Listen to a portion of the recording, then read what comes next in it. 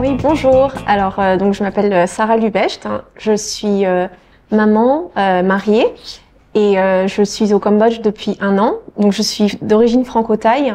Voilà. Donc, après avoir passé 10 années, en fait, pratiquement 10 années en Birmanie, en fait, notre aventure familiale nous emmène donc au Cambodge. Voilà.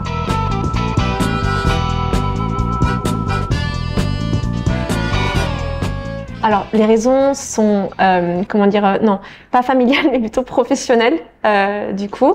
On a eu le coup d'État en Birmanie, et en fait, ça a un petit peu précipité la création d'un bureau au Cambodge. C'était vraiment prévu depuis assez longtemps.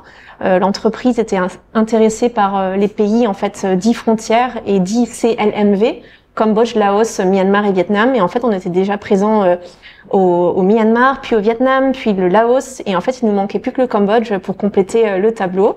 Et donc, me voilà missionnée sur Phnom Penh pour ouvrir en fait un bureau régional qui couvrirait aussi donc le Laos et le Myanmar.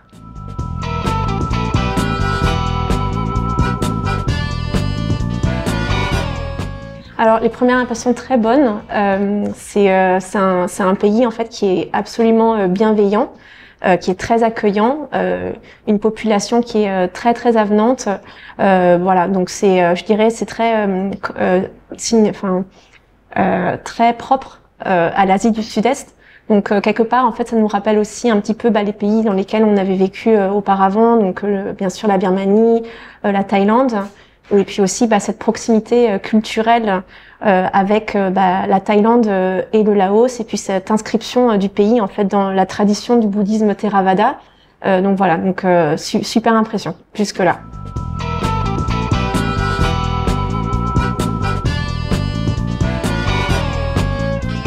Alors activité professionnelle, eh bien donc je dirige aujourd'hui le bureau régional pour donc de Bioderma et en fait Evian. Donc l'entreprise s'appelle Mintacare pour pouvoir englober plusieurs marques.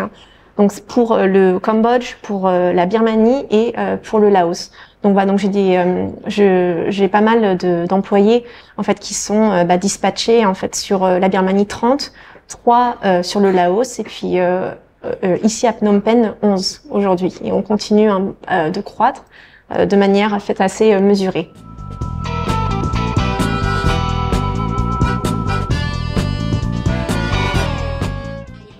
Alors pour Bioderma, le produit est made in France. Donc on a une usine mondiale qui est basée à Aix-en-Provence, donc on a une certaine maîtrise en fait des technologies.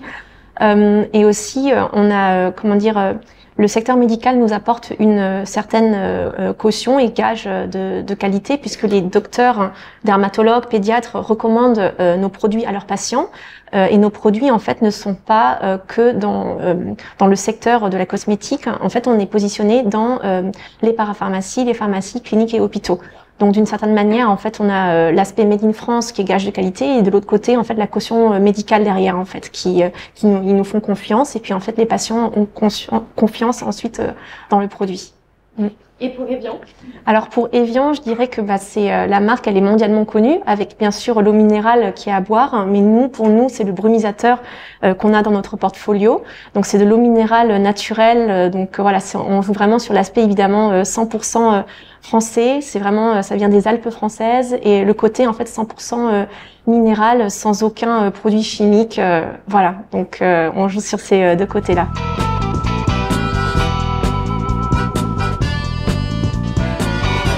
Alors, en dehors du travail, on se consacre beaucoup à la famille.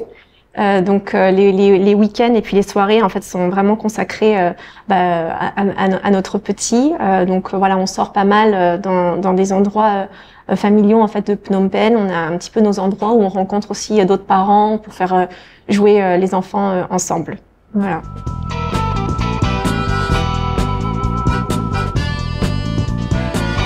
Alors, qu'est-ce qui me plaît le plus? Alors, je dirais, c'est un petit peu cliché, mais je dirais le sourire cambodgien. Voilà, les gens sont très gentils, très accueillants. Après, il y a cette proximité, en fait, ce qui me plaît, c'est la proximité avec la langue thaï.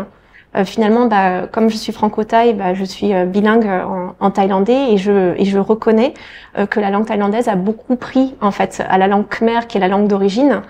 Donc ça m'a beaucoup amusé en fait quand j'ai vu la logique de l'alphabet ou voilà. Donc j'ai commencé à le lire, à l'écrire et ça m'a beaucoup aidé. En fait, 20% des mots en fait utilisés dans la vie de tous les jours au Cambodge, c'est les mêmes mots qu'en Thaïlande. Donc ça m'a permis en fait de vite suivre les conversations de manière évidemment superficielle, mais voilà. Et donc certains mots aussi utilisés dans l'administration, notamment liés en fait au ministère ou au langage protocolaire, c'est les mêmes qu'en thaï en fait. Donc c'est vraiment cool, voilà, de pouvoir suivre ça et de comparer.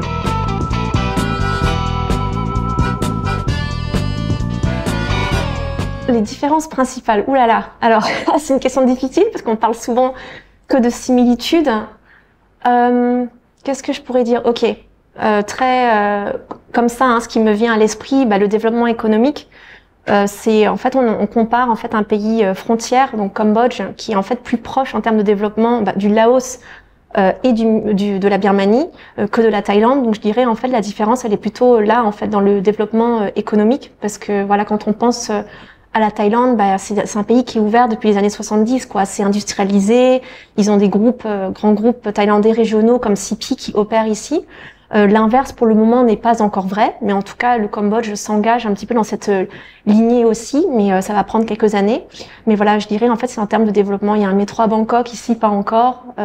Phnom Penh, moi j'adore, hein, c'est super sympa en fait, mais ça reste un petit village et à taille humaine, hein, c'est ça qui est important aussi, quoi. Bangkok c'est devenu en fait diabolique, démentiel en fait même en termes de développement. Ouais.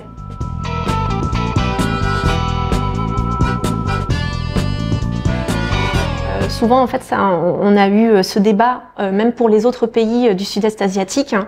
On a essayé en fait de mettre des modèles asiatiques parce qu'on communique en fait pas mal en ligne aussi avec nos modèles asiatiques.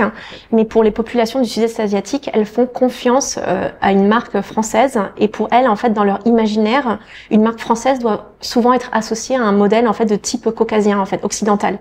Au final. Donc elle ferait confiance plus à une image où on a un visuel avec des modèles de type occidental plutôt que d'asiatiques en fait.